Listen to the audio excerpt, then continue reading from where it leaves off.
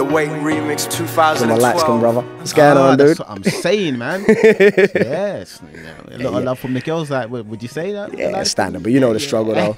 Sweet boy. They say that it's not light skin complexion season anymore. That's what they're saying. It's out. You know what, man? Nothing's ever out or in. Seriously, you got game, you got swag. It don't matter.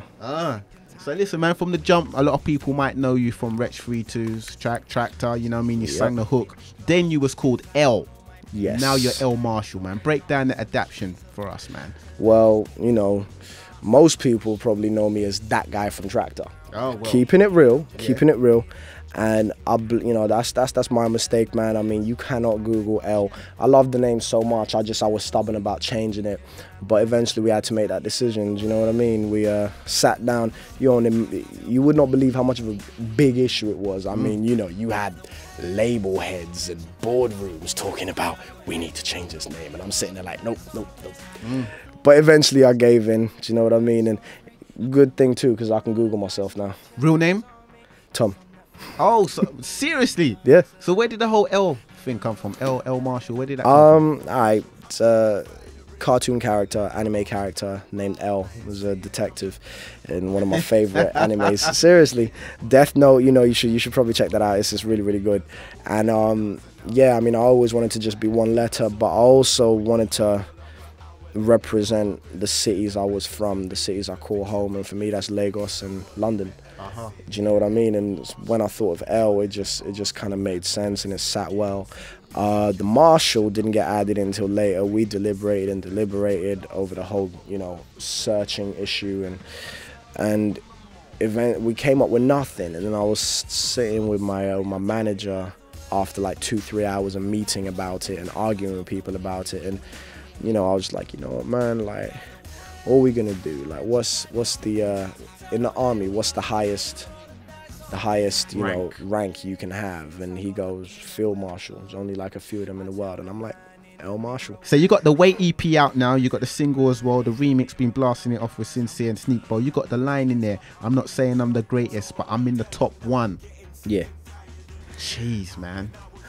Although I can't take full credit for it. It's Brian Clough quote. Yeah. Yeah.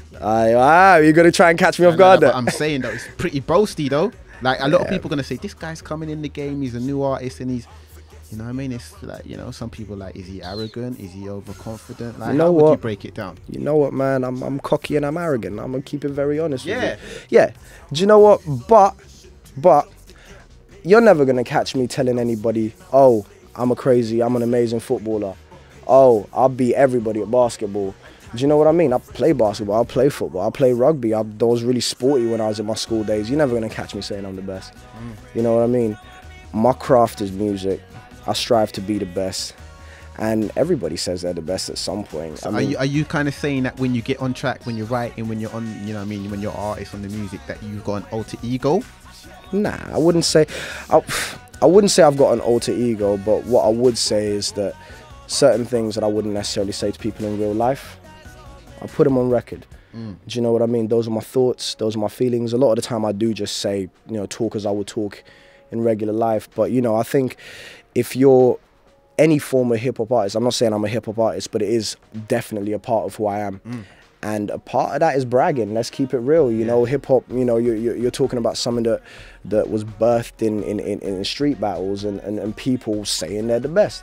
You know, and to be honest with you, if I'm going to go deep into it, I would say that pretty much every rapper or singer who's into that kind of stuff and has that kind of flow will say it at some point in their career.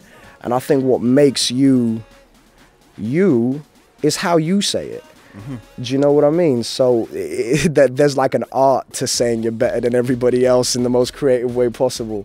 You know. So, you know, from the beginning of the interview, we're going to get the Traktor questions out the way early. Like, I heard that you writ the Traktor track, and somebody else was going to feature on the song. Like, it was going to be Wretch 3-2 featuring another vocalist, but you kind of decided to write the track in a manner that only you could perform it. Well, you know what? This is true. Now, obviously, there's no way I could say whether I really am the only one who could perform it. You know, case in point, How We Roll, I was supposed to feature on that track, and it was supposed to be for Tanya Lacey. You know, and the original demo doesn't sound like Loick's version. Loick did something different with it, but he killed it in his own way. Number 2, can't deny it. Do you know what I mean? With Traktor, it's the same thing. You know, who knows, if someone had come along and done their thing, maybe they would have killed it. It would have just been different from my version. But regardless of what may have happened, the producers and Wretch felt that I delivered, and there was just no point in looking for anybody else, which is, you know, that was what we wanted. So you worked with JLS, yeah, Riley, Miss Brack, Khalees, I'm hearing, and like your story seems pretty simple. You was in university, you were studying sound engineering, you graduated, and you just fell straight into writing. Would you say that's fair?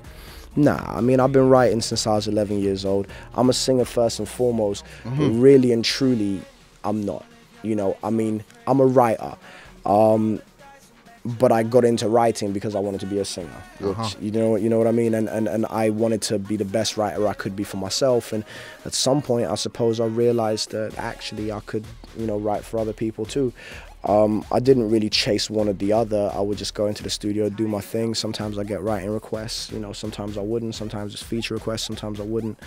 And yeah, I mean, everything just happened timing wise perfectly though, you know. Literally, I did Traktor before I finished uni, but it came out a couple months after I finished. You know, timing has been on my side. How We Roll came out on my birthday. Do you know what I mean? Like, it's been a nice road. I've had a lot of luck along the way, and a lot of, you know, positive pushes from directions I did, from places I didn't even think I'd have them. And but yeah, it definitely wasn't something that I just fell into. I think that I prepared myself as much as I could, you know, so that when opportunity came, I was ready for it. And when it came, I jumped on it. Just came out as So Cold, and you're talking about, you know, relationships here, like breakups and, you know, heartbreak. And, you know, my producer here, man, she looked at your picture before, like, and she was like, this is a good looking guy. And I gotta say, like, I'm not afraid to say, the light skin persuasion, we got 2 light skin guys sitting down there, and I'm not scared to say that. I can see you don't have much problem with the ladies. So like, are you breaking a lot of hearts? Is that how? Man, is like, it a one girl kind of situation? Nah, listen, man, you know, and I think that what I've learned from my past relationships, you know, has taught me this. It doesn't matter what you do in life, how cool you are on the outside. Do you know what I mean? Whether you're a confident dude or a shy dude, everyone's the same with their woman. Do you know what I mean? You feel that way, yeah? I feel that way. I mean, don't get me twisted. I'm not saying everybody acts the same with their woman. But what I mean is that, you know, if I've got a girl, let's say I'm living with her, you know, doesn't matter who I am outside. I could have sold 15 million records in my first week. Doesn't matter. I walk home, I'm just plain old Tom. Yeah. Do you know what I'm saying? That's a real woman, you know what I mean? Like someone who doesn't treat you like everybody else does necessarily. That's because you're in your own little world with your woman. You know what I mean? So, yeah, man, my problems, my women problems, they're the same as everybody else's. Say no more, I ain't saying there aren't perks to go along with a job, but but when you talk about the serious stuff, just like everyone else, man. So we know that you're a writer and a singer, but like I've noticed, and I'm sure quite a lot of other people have noticed as well, you got the swagger of a rapper.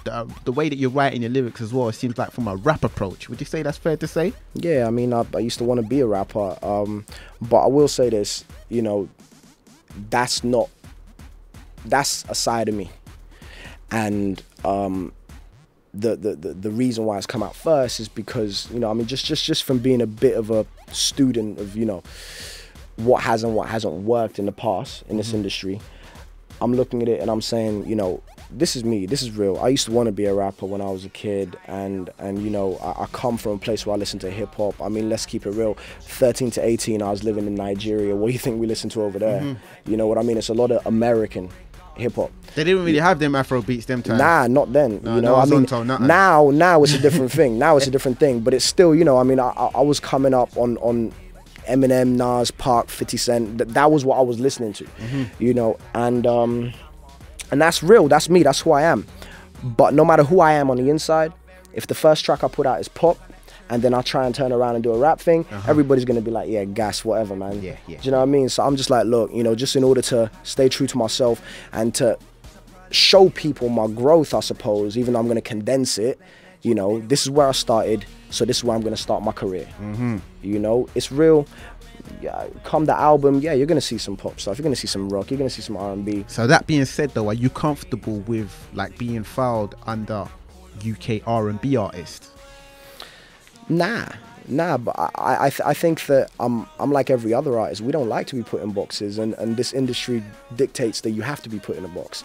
They're gonna have a lot of boxes for me, B. Do you know what I mean? Like, no, I say that with confidence because, you know, I'm a writer, man. Imagine me walking into a, you know, Cheryl Cole session and her saying, yeah, we want to do this electro dance thing, and I'm like, oh yeah, I don't really do that. Like, I only do R&B. I got to be able to write everything, and that applies for my own music as well. You know, I believe that as long as I do every single genre that I'm into to the same high standard, then there's nothing anyone could say. I'm writing it. How are you going to say it's not me? Do you know what I mean? So for now, UK R&B is cool. It's fine.